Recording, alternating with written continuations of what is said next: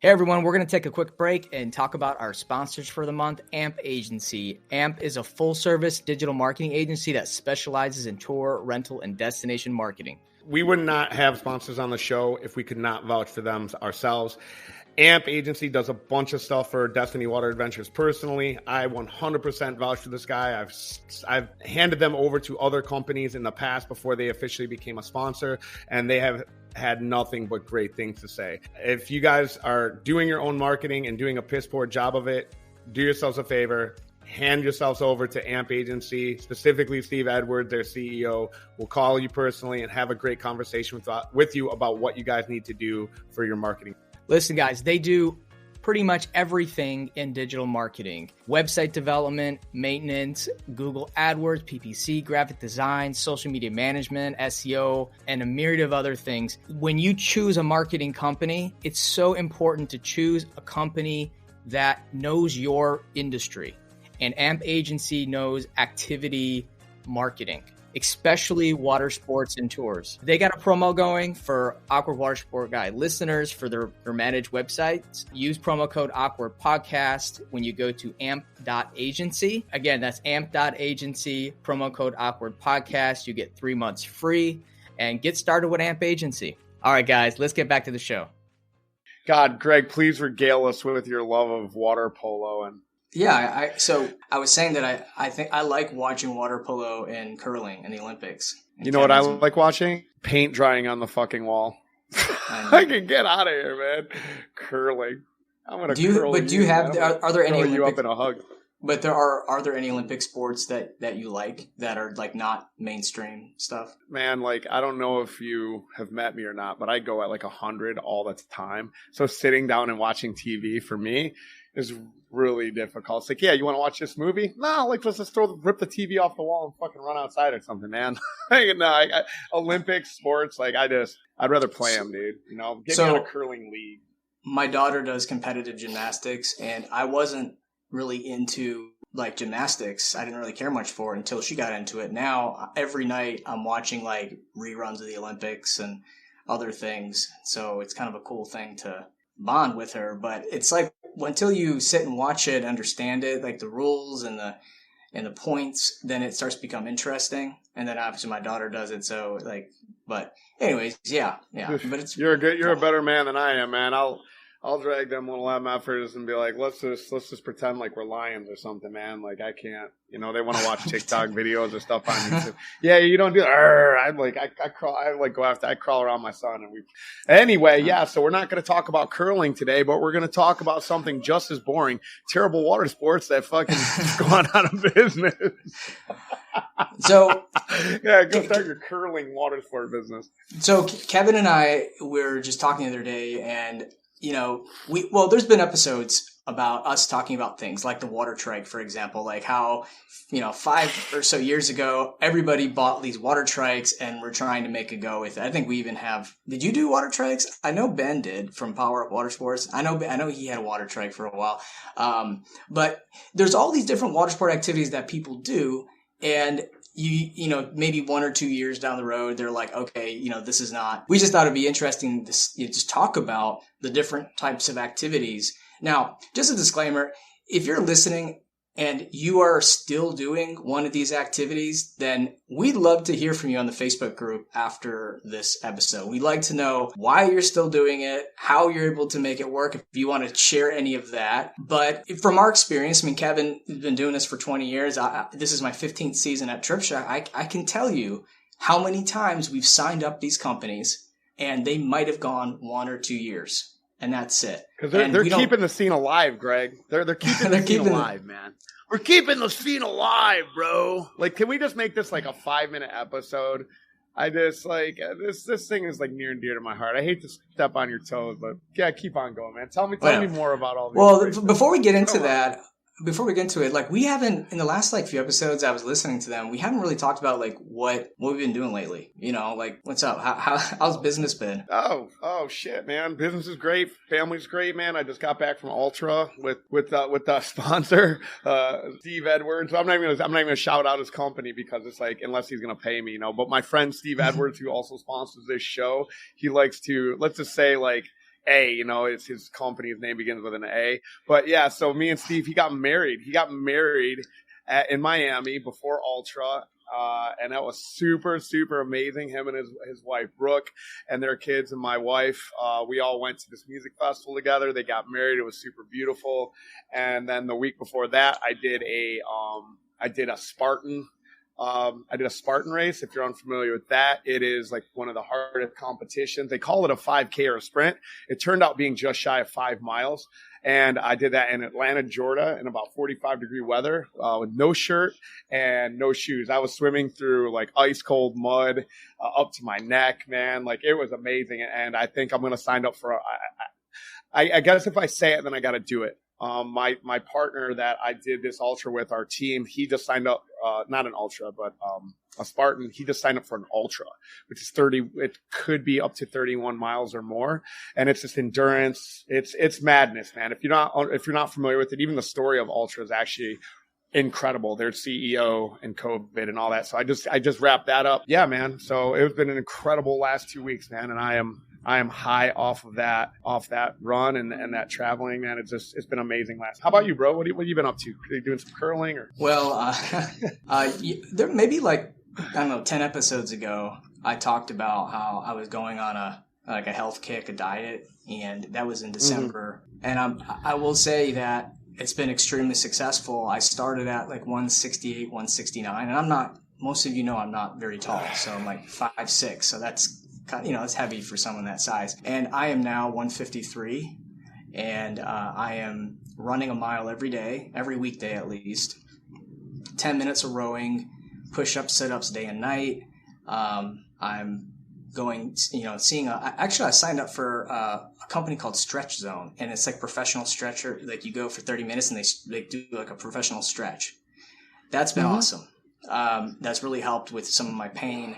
But I'm dieting, I'm intermittent fasting, which obviously seek a health professional before you do something like that. But it's no, just listen to us. Just listen to us. All health advice.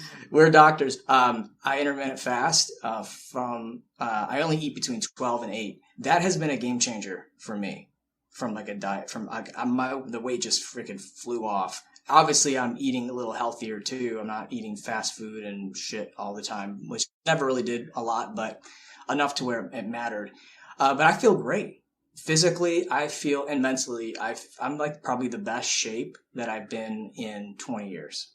Hey everyone, Greg here. As you may know by now, I'm the co-founder and CEO of TripShock, an online reseller for water sports and tours. For the past 12 years, we've had the pleasure of working with hundreds of operators across the country, and we're looking to grow our community. It's free to sign up, and you only pay when we bring you confirmed bookings. We'll help you reach new customers, fill empty seats, and grow your business like so many have done with us over the years. Head over to partners.tripshock.com to learn more about our program, read testimonials, or speak directly with our supply team. As always, thank you for listening and enjoy the show. Dude, this guy I know, he went on a masturbation fast. He said it's been awesome. He's like, no more chronic masturbating for me. I'm like, good for you, dude. What's that do to your brain? He's like, a lot, man. I'm like, that's fucking wild. I'm just kidding. I didn't know anybody would do that. I just think it'd be fun. So I'm fucking hilarious to say. Shit, man. Yeah, I love. Listen. That's a passion of mine, dude. So if you're not super dialed in on this stuff, like I love fitness and health. It is like one of the most interesting things to me, how your physiology and your biology and your brain and your body work together. And yes, intermittent fasting, the mechanisms by which that happen, it produces autophagy and the mirrors ketosis. I find it to be so interesting because when you make these massive changes to your body, you make a massive change to your mind and what it does to your sharpening of the blade, man. It's just really, it gets me excited, man. That's why I like that music festival, bro, because I dance, man. I like the cardio. I'm so addicted to cardio, and they call it the runner's high. And man, congratulations to you though, dude. Like really, man, it's really amazing that to lose the weight and to make those changes, because it's not easy, man. So I really look, man, you should text me more about that stuff, man. I got all sorts of unsolicited advice to give you about that, dude. Well, I want to give a shout out to Donnie Kirkpatrick from Sunset Watersports because Donnie posted a picture of himself and shared a little bit about his journey in dieting, fitness, and that was very inspiring. And here's something that I want everyone to really think about. Anytime that you post encouraging things like what Donnie did, you have no idea who might be scrolling in that feed and might see it and how you might change their life. Now, I'm not saying that Donnie's photo made me change immediately, but I was thinking that I really need to get on a diet. And being that I'm so busy, I got 2 kids, I got businesses, all this stuff. And sometimes it's more psychological of getting into it. Like, man, that's just a lot of work, you know. He worked his ass off. Do I have the time and things like that? But when I saw him, knowing how busy that guy is, how crazy busy, and how he changed everything with that photo, I'm like, I can do that. I can really do that. Dude, it made me change the posters on my wall from hot girls in bikinis to him. Because listen, like low key before he posted those pics online, he had shared with some of those pictures with me like privately, right? And I was just like, yo, man, like it was an incredible change that he made. And like not just dieting, but getting sober, like quitting drinking. Like, dude, listen. Me and Don, man, me and Don go back, bro. Like the first time me and that guy ever hung out, we're sitting at the bar just getting fucking hammered. I was a mate on his boat. And he just takes his drink and he fucking just throws it on me, man, for no reason. We're in the middle of having a conversation, or I don't think I was even saying anything. And this was something that repeated with this guy. I mean, he would get drunk and just do the most ice cold shit to you because he thought it was fucking funny, and immediately made me like love him. I'm like, oh man, me and this guy are gonna be best friends because that's the type of dumb shit I'd do. But to see him get sober and make this massive change in his life, and just like physically, mentally, like me and him talk like 3-4 times a week, dude. He's like, you know, Steve gets all the love because we talk 7 days a week probably. But man, if there's a number 2 person that I talk to in this world, it's Donnie, man. We talked this morning, and yeah, man, shout out Donnie Kirkpatrick, dude, for everything, man. I mean, I would not be here if it wasn't for that dude. He's one of my dearest, most best friends in the world, man. And I don't say I'm proud of people. I want to finish this thought real quick. Yeah, sure. I don't say I'm proud of people too much, right? Because I don't feel like I'm responsible for people's, you know what I mean? I don't feel pride for someone else's accomplishments, but I'm happy for them. And I try to inspire and motivate them. So I might have a sliver of pride for what Donnie's done. And I hope he's got pride in me because he's helped me help my journey of sobriety and steering clear of drinking, as well as Kevin Nobis and Sean Walsh and some of the other guys in this group that are sober. So I just really, really, really want to express my gratitude to that circle of people to help me get to this place. Because without them, without this network, I don't think I would be sober today. So nothing but love to Donnie and all those guys, man. Yeah, and the fact that everybody, you know, has the courage to go public with their journey. You know, that's when I hit my goal, which is I'm literally 3 pounds away. Once I hit that goal, I'm going to, you know, I'm going to basically pay it forward like Donnie did. I'm going to share my journey and explain how it has helped me. So anyways, yeah. And you're going to join the curling league. Join the curling. Yeah, exactly. Have you ever played shuffleboard before? Dude, you play shuffleboard? Like the bar version or the old person version? Like the old person version with the sticks. Both. Yeah, I've done both, bro. At Metro Beach, man, back in the day, me and my mom would go there. That was fun. Yeah. We've gotten off topic, though. Yeah, you're really passionate about this curling thing, man. The Awkward Curling podcast is coming up next. Greg and Greg alone. Let's go. Let's talk about silly water sport businesses. So earlier today, I posted in the group pictures of 5 different water sport activities. I got the hydro bike or trike, the hydro, I don't know what it's called, the hydro bike. It's like an elliptical. And then you got the hydro trike, and you got jet surf, Craig cats, flyboards. Now, I have listed many businesses in this water sport activity sphere, and we don't have any other than, I think we have one Craig Cat company still, and they've been going at it pretty good for a while. but all the rest are no longer. I would imagine some still exist and some still thrive. But we're going to talk about kind of, and Kevin's done flyboarding, and he has a lot of friends and colleagues that have done it. And, we're going to dive into like, why aren't these more mainstream? Why aren't they? And we've had, someone comment today, Paul, who's, and he runs a flyboarding school and teaches. He's on the show, actually. I think he was one of our first guests on the show, and he made a comment about, some of the things holding it back, and we'll maybe get to that. But well, look, I think it boils down to one word. And if you've come to any of the any things where we talk in the forum or the port at Arrival, going to be this year, you might remember this retention speech I gave. And I talked about retention. If acquisition is sexy, then retention is the harem of sexiness, because that is what these things had, is a retention problem, not a marketing problem. Look, at the end of the day, if you went down, there's a reason why there's a bunch of McDonald's. There's a reason why there's hamburgers. There's a reason why there's sandwiches. There's a reason why there's pizza. All right. There's a reason why there's all these restaurants that do it, because people go in, they have a hamburger, they have a slice of pizza, they come back, they tell their friends, the friends buy the pizza, retention, retention, retention. So you have this high retention model for a product. Well, look, man, if Flyboard was great, if trikes were great, if all of this stuff were great, you'd market it to the masses, everyone would come, and then guess what? They'd come back. Spoiler alert, like they would tell their friends. And then their friends would tell their friends. There would be retention, and there would be a referral that went on for days until it became at least a big enough market size to support the demand. But the problem is with all of this shit that doesn't catch fire is a hashtag spoiler alert. There's no demand for it. It's market economics, man. And anything else, it's politics. It's marketing. It's this, it's that, it's this, it's that. No, there's no demand for your product, dude. Please prove me otherwise. I don't know. You'd have a thriving business. There would be a thriving industry around it if there's demand for it. Supply and demand, guys. Don't know what to tell you. End of story. So, thanks for my TED Talk. I'll talk to you guys later. Bye-bye.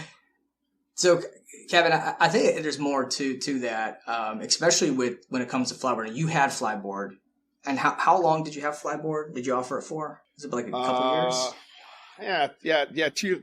So, Spot Flyboard specifically, we could talk about that, because the best in the business is my business partner on our Jeeps, Ben Merrill.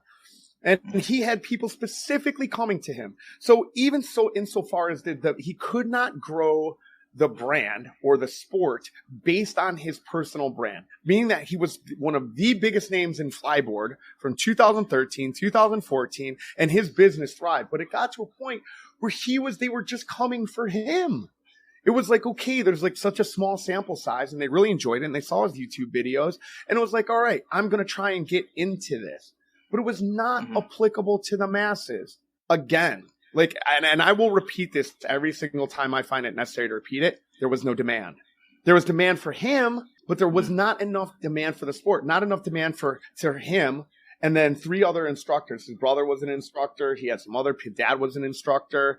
But the fact of the matter was, there wasn't enough demand to support a growing and thriving business. If there was, Ben would be $1,000 an hour, $2,000 an hour. There'd be all these people banging down his door because they wanted to be like tattoos, right? So there's tattoo artists that are $50 an hour. There's guys that own shops, and then they scale. And they scale because of what? Scooby-Doo. Where are you? There's no fucking demand now. There's no demand. No demand. Not for flyboard, not for water trikes. I mean, there's demand, but then it dwindles off. And that's exactly what happened to flyboard. Yes, 2014, when this thing came out, there was a ton of demand. But then the retention. And then the demand lessened. And then, again, you have very specific... Flyboard still exists. They do shows.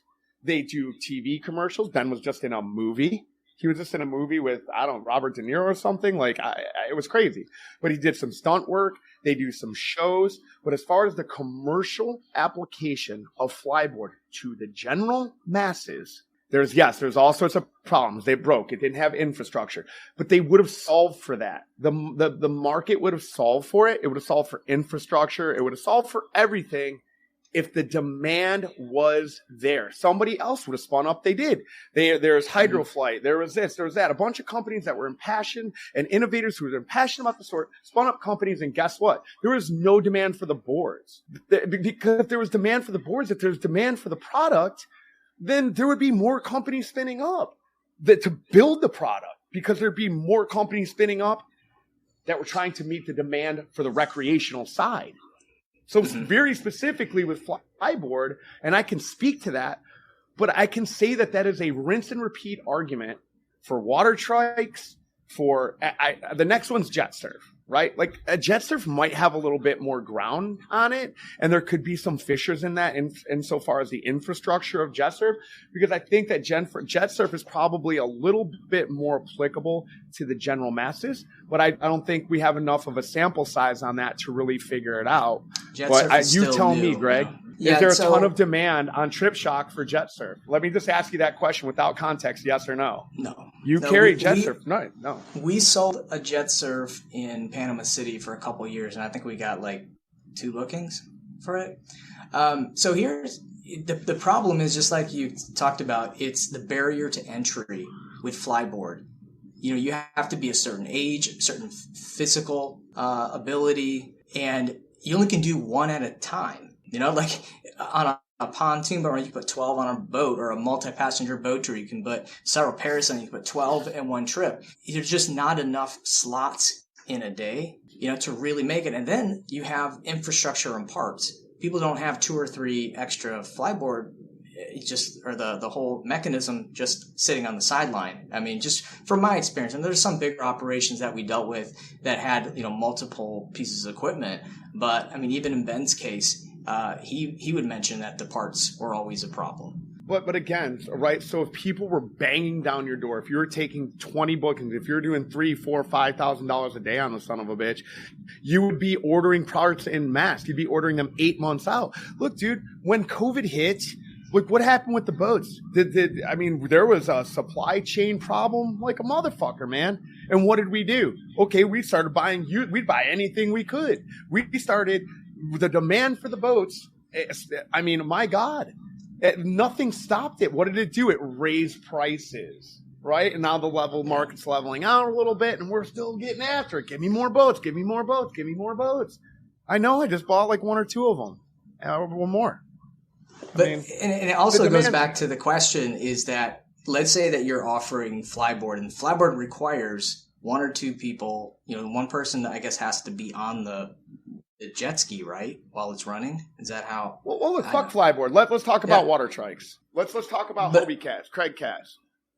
So why? I'm just talking about it from an economic point of view. Like, you need so many people to run a flyboard. I mean, there's a price point that people. I mean, I remember that it was almost like $100 for 20 minutes. I mean, that's a fairly steep price point, but I understand why they have to charge that much, because the people you need to train and be on there, the insurance and everything, you're only going to get so many. I did it for $50, dude. I was offering as an upsell to Day of Play. I couldn't give the fucking thing away, man. Like at the end of the day, so if you're asked for $120, right? And you got 10 people willing to fucking pay that, and it's doing $1,200 a day. All right. Like, okay, well, do we have a pricing problem? Like, are people still calling interesting? Is there enough? Do we have the right lead generation? Are we marketing it right? Like, are people calling and then saying no because it's competing against the market, or because the thing itself, people aren't coming back to? Because when you went out there and you're like, hey, you're going to fly like Iron Man. I mean, Greg, what would you pay? Like, if you have a product that like caters to a specific audience, look, 40-year-old guys that make $100,000 a year or more, that own a yacht or whatever it is, and you charge $5,000. if the demand is there, you're going to have 5 guys or 10 guys or let's call 100 guys a year that are going to come to you and pay $5,000 to do that. Look, man, you can go and get a private jet and charter that bitch for $5,000 or $10,000, whatever. I don't know. I've never chartered a private jet. Mm-hmm. But it's not like you have to have people lined up out the door to make leasing a jet leasing company. There's demand. Like at the end of the day, there was a whole bunch of problems with Flyboard, why it didn't work. The main problem being is that people just weren't coming back to do it. You did it. It was a curiosity. It was cool. I got to get up for 5 seconds and then I fell, take a picture of me, and they weren't coming back. So year one, Ben did, maybe he scaled a little bit and think about what he was doing. He's Flyboard world champion. He's done thousands of things on YouTube. They had documentaries. They marketed that thing, but then it just started dwindling. Ben couldn't pay a captain to come and do the thing. They specifically wanted him. Why, man? Because they were enthusiasts, right? In order to scale, you need some type of hobbyist to be involved. Like, yes, riches are in the niches, but if it is so niche that no one gives a shit, if no one wants your weird sandwich that's like, oh, I love peanut butter and pickles. Well, okay. Well, man, you can give it away at 10 cents. If nobody wants a peanut butter and pickle sandwich, then there's no market for it. And there's no demand for it. I mean, I'm not like a supply side or demand side economist, but I also I feel like it's common sense. Like the trike, right? So let's take it back to trike. I didn't have nothing to do with the trike. But just hold on. So let me finish. Let me just hold on. Just take it to the water. Do me a favor. Water trike it. Just talk about the water trike. Just okay. So while you were talking, Brian Hershey made a comment. And it's so perfect timing because he says we used to rent the big wheel tricycles, which is the water trike. Hard to get parts, lots of maintenance, not really that fun on the water, big bulky piece of equipment to have. So, go ahead. You go. Something. Oh. It's not fun. Yeah. Like, he just said, strip away everything else. It's not fun, man. Like, if you went to Disney World, it was a big ball of shit. You wouldn't come back, dude. You wouldn't tell your fucking friends. There'd be no fucking demand, man. I think it's not fun. Not fun. I think people saw them in the pictures and be like, oh man, that's like riding a 3-wheel. That's on the water. That's badass. They get out there. They realize it's hard to do. You got to get up on them. It's really not that much fun. And I think that's still the same problem. The operators are seeing that it's not that fun. It's expensive to get parts and there's no retention. The people that come back don't want to do it. So it's a one and done thing. Like, I think there's a theme here. Yeah. If it's a one and done thing, then it's probably not going to work or be sustainable. And every single one of those activities that, we posted on the Facebook group are all one and done type things. It's a bucket list type, and maybe bucket list. I mean, if you got the lamest bucket in the world to go riding on a fucking water trike, bro, you need to reshape your objectives, man. Like, you need to go back to your vision board, dude. But Kevin, if my kids saw that water trike, they probably would want to get on it. I mean, if I'm at a beach, they probably not want to get one day. They do it once. Seeing so much struggle, like doing some aerobics. Shit, man, I got to drag my kids off of TikTok, bro. They don't want to ride a regular ass bike, let alone a water trike, bro. But you as an operator, maybe if I get quads, yeah. But you as an operator, if you're seeing people not having a good time, they're falling off the damn thing, you're having to help them out. It's hard to get parts. Nightmare. So it's a nightmare. And so I actually had a beach wheelchair business for a short time. My dad retired. He gave me the business. I had it for a couple of years, and we had these beach wheelchairs that you rolled into the water. And once we posted them on our store, we had people booking these things, and it was actually going really well. Well, the company was awful at repairing them. They were falling apart left and right. I couldn't find a replacement manufacturer for these, and that was it. It was not because the people weren't booking them. It was because I just couldn't get parts, and I can't have this be selling the stuff and then not be able to, actually. I got some questions for you. I'm going to give up some air. I know I've been like a dog with a fucking bone in his teeth. This one's passionate to me because I hate quitting, and I had to give up the ghost on Flyboard. I hate quitting anything, dude. I hate it. It was a heartbreaker for Ben to quit fucking Flyboard. He is back flying at Baytown again, dude. That's the only thing he's still doing. doing shows. I'm so happy to see it. But I got to say, bro, your backflips are not as tight because I think you're getting old. You're about to be 40, homie. So, I mean, I'm just saying you look good. Maybe not as good as 2013 Ben Merrill, but hey, God bless you, man. I got some questions for you, Greg. All right, so check this out. How many times have you been parasailing, man? How many times? Probably 10 times. What? Me too. How many times have you been on a jet ski? I don't know, 20 times? How many different kind of boats have you been on? I can't even How many count. times? Right. Hundreds. Yeah. Right. So, right. How many times have you been on a flyboard? 0.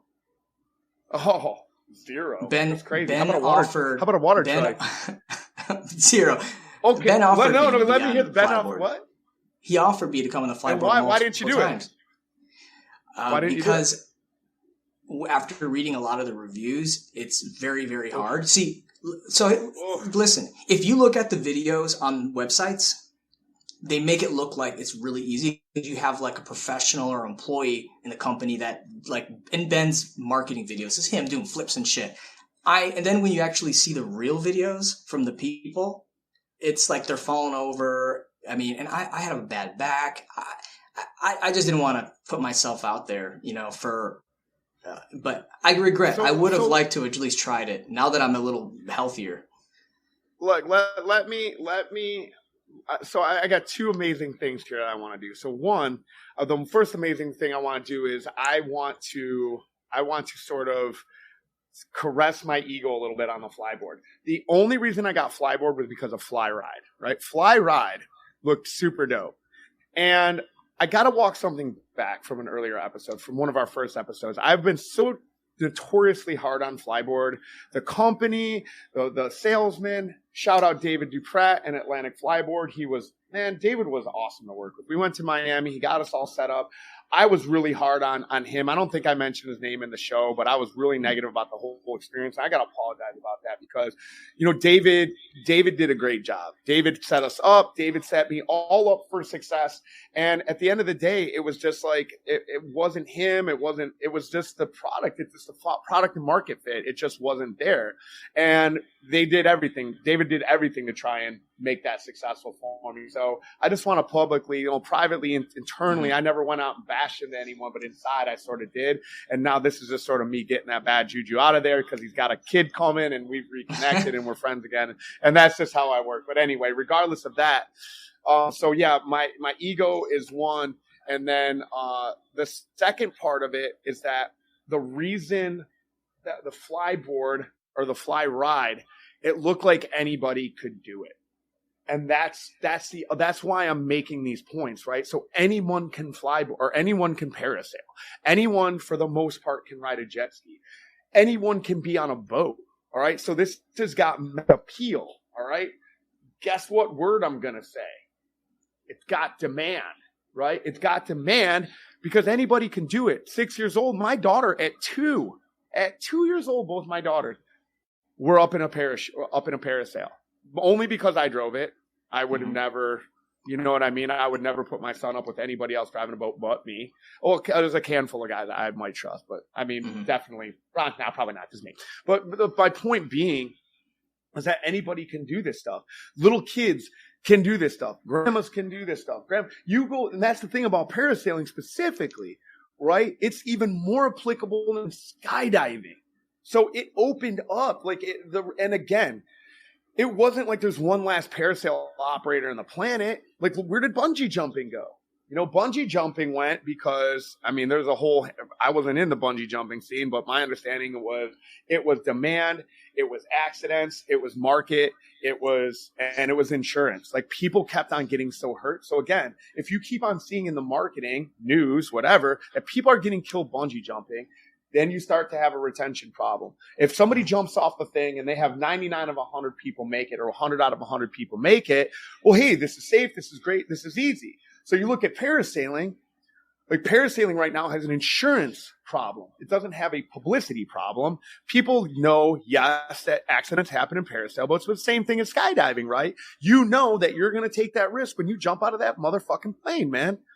And the fact of the matter is people still do it because 99 1,999 times out of a million, everybody comes back. The same thing with jet skis. You know, every once in a blue moon, something bad happens, but it's risk reward. So when you see smiling faces in a parasail 10 out of 10 times and then one bad news article, it's not as much to dent the market because the market's already been established. Right. The demand is still there and it outweighs the risk.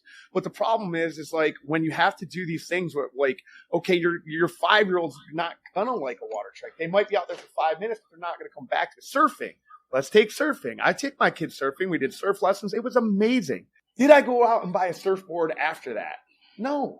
Am I going to go do more lessons after that? Like, I don't know, maybe. Am I going to go back in time and time and time again? Oh, grandma's going to do it. It's just like skydiving, but without jumping out of a plane. Grandpa's going to do it. He gets to go 60 miles an hour. I took my daughter on a jet ski ride yesterday. She loved it. Completely safe. Boating. And to Paul Volka's point on that whole thing, brother, like, I'm sorry, man. You couldn't be more wrong, dude. Like, you couldn't be quantifiably and measurably more wrong. And it's not like an attack on you or anything like that. It's what your comment was to Greg. Oh, but if somebody came to me as a consultant and said, hey, man, we want to start a boat rental business. I'd be like, yeah, like, let's look at the market. Let's just look at the market. Is there a demand for it? Is this going to do well here? Is there a demand for water sport? If somebody came to me and said, let's do flyboard, I'd say, well, shit, man. Let's start with infrastructure. Let's start with the market. Let's start with the equipment. Let's start with the marketing. Like, there's a whole host of problems in the ecosphere of those certain activities. If there wasn't, then there would be a rinse and repeat on the industry across multiple different markets. So, you know what I mean? To the point of that, jet ski businesses fail and boats fail. Well, the entire industry didn't fail, man.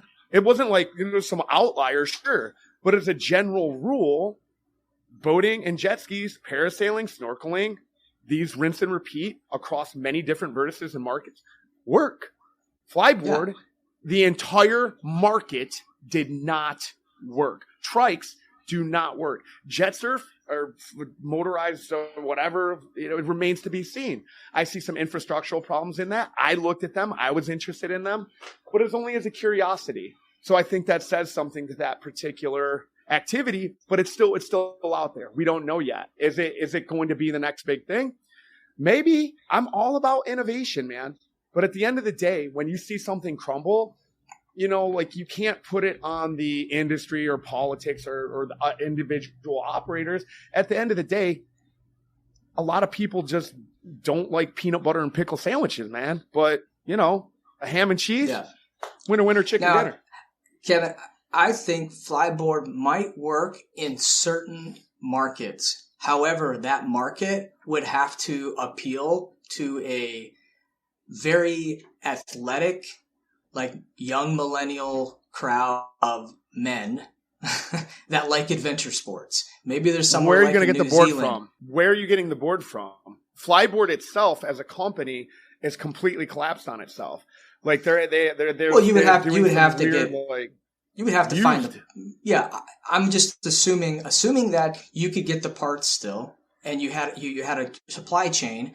That would be the only place, in my opinion, that would be sustainable, is if the demographic was exactly the people that used to go, which was the athletic male, adventure type. I feel as though the only way that thing would even work is if you had manufacturing, if you're the one who made the board, if you made the parts, if you were a one and done shop and you had everything there was for it. But how, if all these companies are failing, okay, where do you go? And I could be completely wrong about it. I mean, you probably chime in and say, oh, the inner workings of Zapata and Flyboard and Shaw's company. I'm sorry, man. I've talked to Shaw Norris a bunch of times. Really smart dude, really passionate about the sport. Jetblade. So if Flyboard, if there's not enough people, businesses buying it, if there's not enough privatization And you see on the market shrinking and shrinking and shrinking. How does it even, where do you even get it from anymore? And I don't have a crystal ball. Like to Paul's point, like, yeah, man, it could do a turnaround. I never say never. They could to use that tech and make something that's safe and affordable and works for everyone, and the thing take off like a rocket ship. So, I mean, never say never. Like at the end of the day, flyboard could turn around. I'm not saying it's completely dead, but if it does completely die, and industries die all the time, I mean, it's not the most far out thing, then, like, you know what I'm saying? Like, where is that tipping point to where it's like, oh, you can't even operate because you can't get anything from the suppliers or the manufacturer? Yeah, especially the last couple of years with the supply chain being disrupted so bad. That hurts these up and coming, sports even more. And listen, flyboard's great. Just so we're clear here, I love flyboarding. Like, I actually love doing it. Like, but I had to go like a bazillion times before I got any good at it or proficient at it. And then it was just such a pain in the ass to roll out the jet ski, and then it blew up one of my jet skis. And I'm like, man, I'm not, it's a neat hobby, but not at, $10,000, $20,000 a jet ski clip hobby. So I didn't want this to become the flyboard episode. But it's like, I don't know what happened to water trikes. I don't know if they're still – I think flyboard and jet surf are very precarious because of the mechanics that work around it, and then the innovation and tech that's coming with it and all this stuff. And water trikes, it's a couple pieces. The industry, you can have some place that's building 20 different other products, and in addition to that, add water trikes. But and that's what they told me when I started flyboard. Like, this might be a companion to your water sport company. But David, even full disclosure, said you do not want to start this as it just own solid thing. If you have a water sport company adding as an addition, you might have some success there. But trying to do it on its own, I just want to let you know, not going to be the best idea. Mm-hmm. So, I mean, to that whole point, let's go to Hobie cats, right?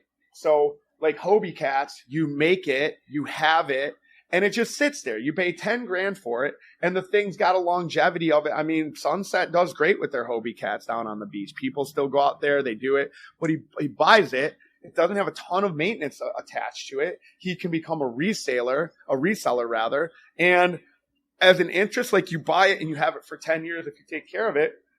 And it's like, how much could that one Hobie cat do? Could the Hobie cat do $3,000 or $4,000? Can the guy that's running that Hobie cat, running beach chairs, doing paddleboards, doing kayaks? But look, man, like, kayaks and paddleboards are not my bread and butter, but they are gravy.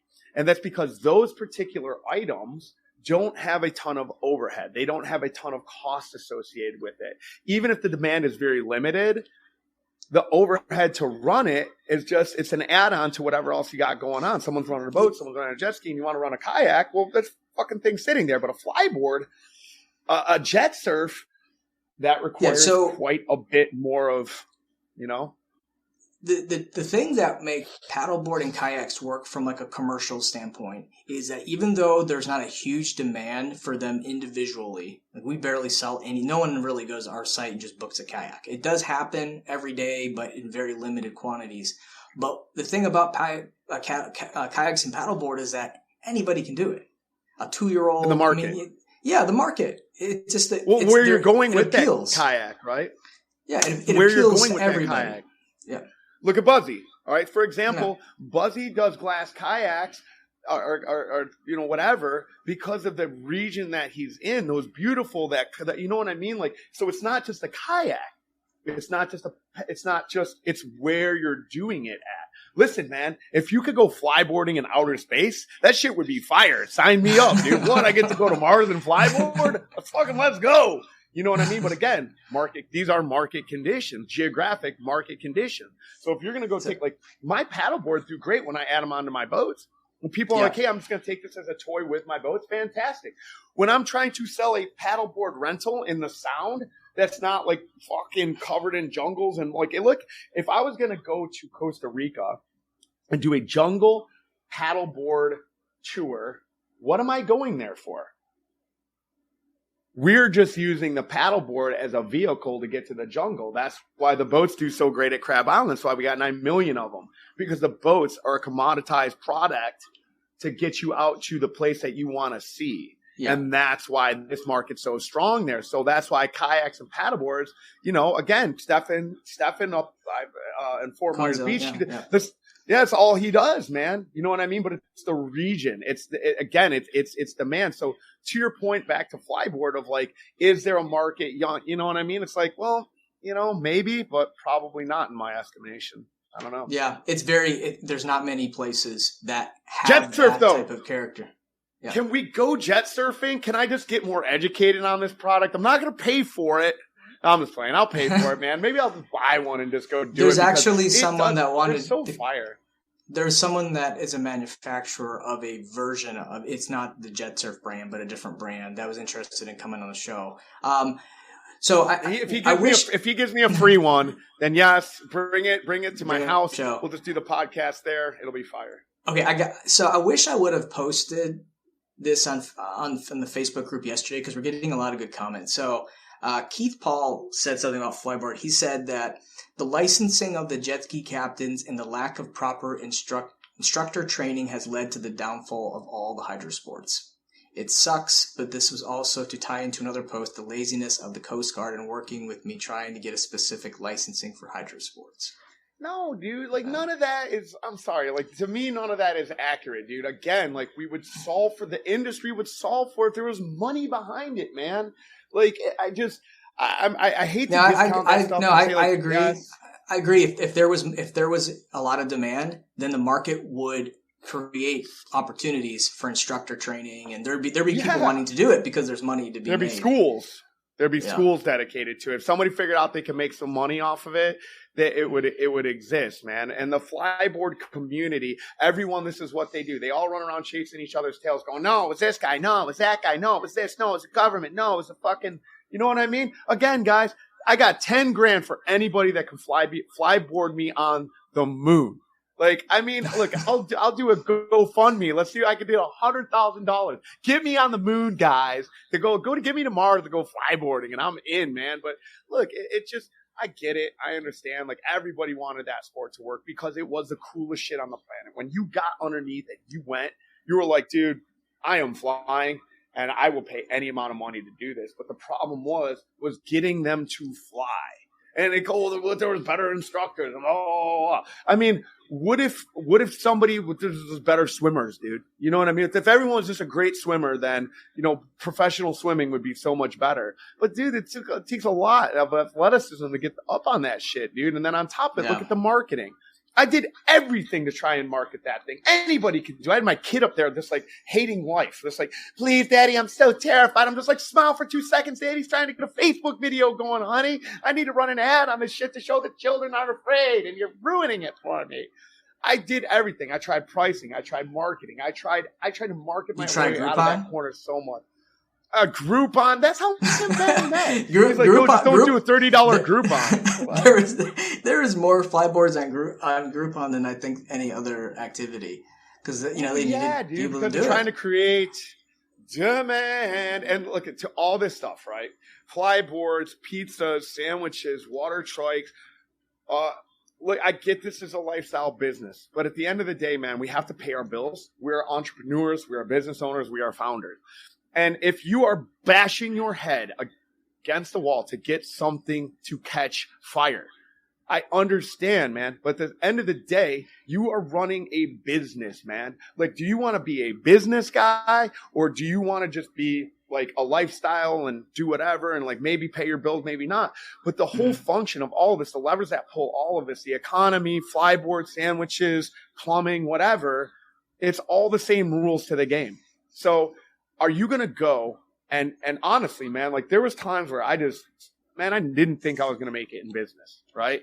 And it's just like I just wanted to give up and go drive a parasail boat and just fucking pitch it in, because it was like I tried everything I could do against market conditions to try and make something work. I wanted everybody to love what I love because I thought it was neat. But at the end of the day, man, does everybody else think it's neat, and are they willing to pay you for it?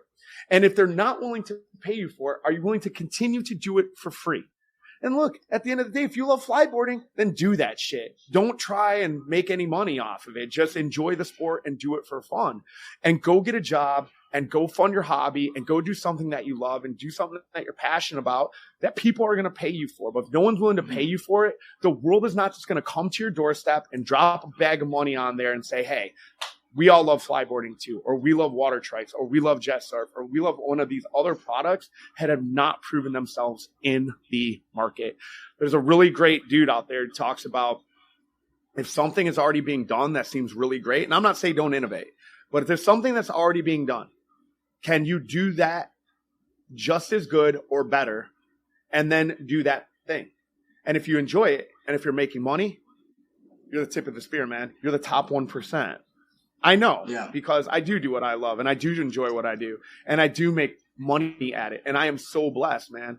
So I don't want to turn this into a TED Talk or a preach, but just think about this when you're sweating at night trying to pay your bills on something and you can't figure it out, man. Like, sometimes it's better to cut your losses and find something that works, and continue living the best life that you can and be happy, man, because everything gets better every single day. Well, that's a good way to end us off. I just want one point to everybody is that some of you listening probably, might offer these activities, and Kevin and I, this is what we do. This is why we have the show, so we can have honest conversation. These are opinions. This is our thoughts. This is us from having experience. Me working with a lot of companies offered these and explained their struggles.